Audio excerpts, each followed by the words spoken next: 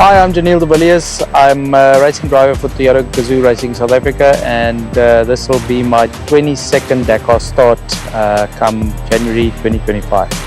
Yeah, it's amazing, you know, to have done 21. It feels like yesterday when I did my first one. So first one was in 2003.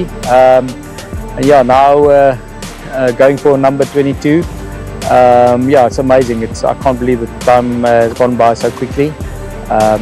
But yeah, really looking forward to this race coming this year or next year, January 2025. I think we've got a great car to go to the Dakar in the Hilux, and the team is ready, so we're ready to give it our best shot, and hopefully we can bring home a good result for the team. Dakar is not only a single man sport, it's a whole team. So I've been very fortunate that I've been in good teams over the years, and they've supported me and given me the equipment to always reach the finish line. And yeah, like you said, 20 of them has been in the top 10 so far, and hopefully we can add another one in there. So yeah, I've been very fortunate, and like I said, it'll be nice to get another one in the bag.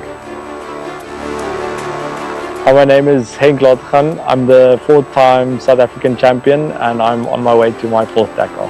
Taking on the 4th one is not a lot.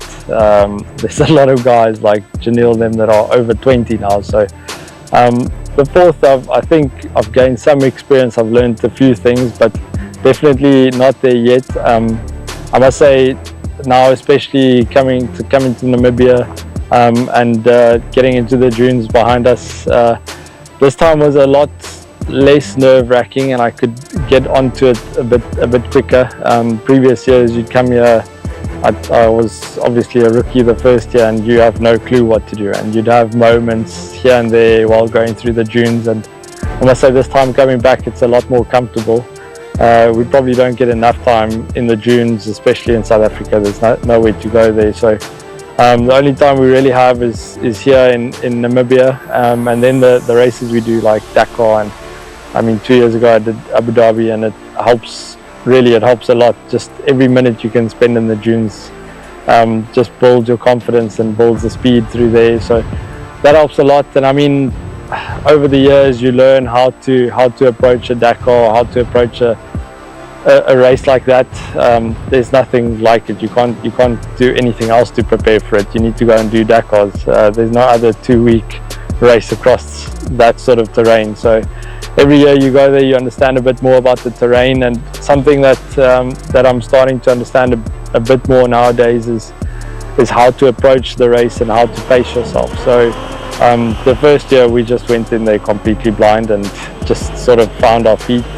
The second year we had a few issues in the beginning, so we were down the rankings, but we could then use the time to figure out what the pace is really like, so what the other guy's speed is like. So realized we could actually run with the top guys, which is good news. So then the third year, so 2 years ago now, we spent more to try and figure out the whole race as a complete 2-week event, which is a very different approach to winning a stage or to winning a national race here. You have to keep the long game in mind all the time. So we tried to figure that out. So now we have all of those things. Now the trick is just to put it all together into one race this year. So it's difficult to plan ahead, especially at a race like Dakar. It's designed not to be planned. The organizers keep the routes from you, they keep the road books from you, they keep the exact areas that you're driving in from you. So the race is semi-unplannable, let's put it that way. So the only way you can do it is take off on day one, see what the next day holds, and try and keep a good rhythm. You don't want to take too many risks. It's a long race. You don't want to go out and win the wrong stage and have to open a really long stage the next day, or open in the dunes when there's no bikes or something like that. So you have to be a little bit aware of what's happening the next day, but mainly you have to keep a good rhythm and be on the pace from the beginning, not to fall back and put yourself under pressure to catch up and put yourself under risk. And that's the way to race that race for 2 weeks. While Henk would be heading to his 4th Dakar rally, Guy Bottrell is gearing up for only his 2nd. But then, the Durbanite made quite a splash on his debut in 2024. My name's Guy Bottrell. I'm a Toyota Gazoo South Africa Dakar driver. We are in Namibia at the moment testing for Dakar 2025. Yes, our first Dakar was unbelievable. Couldn't have asked for anything better. You know, when I went to Dakar for my first time, I had a look at the list of the names and the greats that we'll be driving against, and honestly I was hoping for a top 20. That was my goal, and we ended up being 6th overall, which was totally mind-blowing for us. And to race against the greats Sebastian Loeb, Carlos Sainz, Janelle, and you know, to be in and amongst them is phenomenal. And then to be driving with them, you know, overtaking them overtaking us, and just being in the mix was something super special. So I think we couldn't have asked for a better rookie Dakar for myself, and I had Brett with me, which was really a super aid for me. You know, he's done many Dakars, he's done it on a bike, he's done it with Henk, and that really added the experience that I desperately needed. And then going into my 2nd Dakar, I've got Dennis sitting with me. Dennis has been with Janelle for many years. He's also got mega experience, and I've sat with him for the whole season this year, so we're getting on very well in the car, and I think we're in a better position this year than I was for the last Dakar. I had absolutely no idea what was coming. All you know, it's the toughest race in the world, but you're never 100% sure, you know, what's going to happen. So I think I'm a bit more prepped because I know what's coming. I've sat with Brett less than I have with Dennis, so Dennis has been in the car with me the whole year, which is really great. And then we're in Namibia now, and right from my first run in the dunes, I was feeling a lot more comfortable than what I was last year. So I'm feeling a lot more confident, and yeah, just hoping to have a good clean run. The navigation is a huge role. You know, that was one of the things that I wasn't sure of going into Dakar. So in South Africa, we navigate very differently to what happens in Dakar. We use waypoints and compass headings, which in South Africa we don't use. So you know, we had a bit of a disadvantage because we're not used to that. So it takes us a few days to get into it.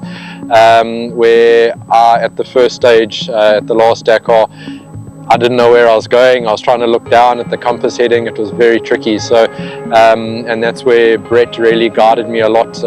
You know, he was guiding, navigating, and trying to do a bit of driver training with me in the dunes, all at the same time in Dakar.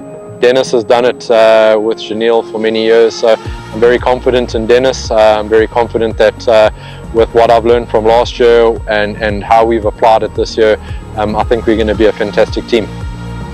With victories across 7 rounds and a 1-2-3 finish in the championship standings, TGRSA proved their dominance. But it wasn't just the drivers who shone. The GR-AMT Hilux Evo demonstrated the quality, durability and reliability that makes it a benchmark in global motorsport. I think the Hilux has proven itself to be a really tough challenger in the Dakar. We've always finished every race. The Hilux has won a couple of Dakars, you know, many podiums, and you know, that's just testament to the true toughness and reliability, and you know, that's typical of Toyota. So you know, at the moment the car, I don't expect anything different, and I hope that we can, like I said, you know, come back with another good result for the most reliable car, or in the Hilux, that, you know, people know that, they know that for the reliability, so I'm not worried about that for the Dakar.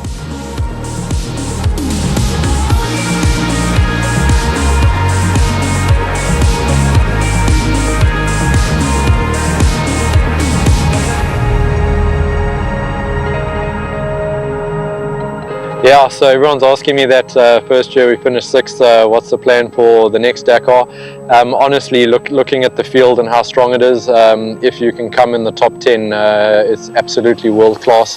But always we try and improve on last year. You know, we try and go a little bit more. If I can do the same again this year and maybe a little bit better, that would be certainly an amazing achievement for myself, amazing achievement for the team. But looking at the strength of the team, the strength of the cars, and what the guys have done in the season building up to Dakar, I really think we've got a good chance of getting on the podium. Definitely with one car, maybe with two cars, but if we can have a clean run, I really think the team are strong enough to at least get a car or two on the podium. We should, if the car is good, and you never know what the rest of the guys are doing. I mean, everybody's working really hard. There's some top teams, some really good drivers coming in. I think there's a lot more competition compared to previous years. I think the race is really heating up, so it's definitely possible. The trick is going to be having a clean race, especially when the competition is that tight. Well, the Dakar, you always got to approach with a humble start. You've always got to respect the desert. There's so many things that can happen. It's going to be exactly the same as all the other Dakars, and just respect the desert and go out there and try and do your best. But it's very risky, or to predict what's going to happen. So you've got to adapt day by day by how things go, and then just take it from there.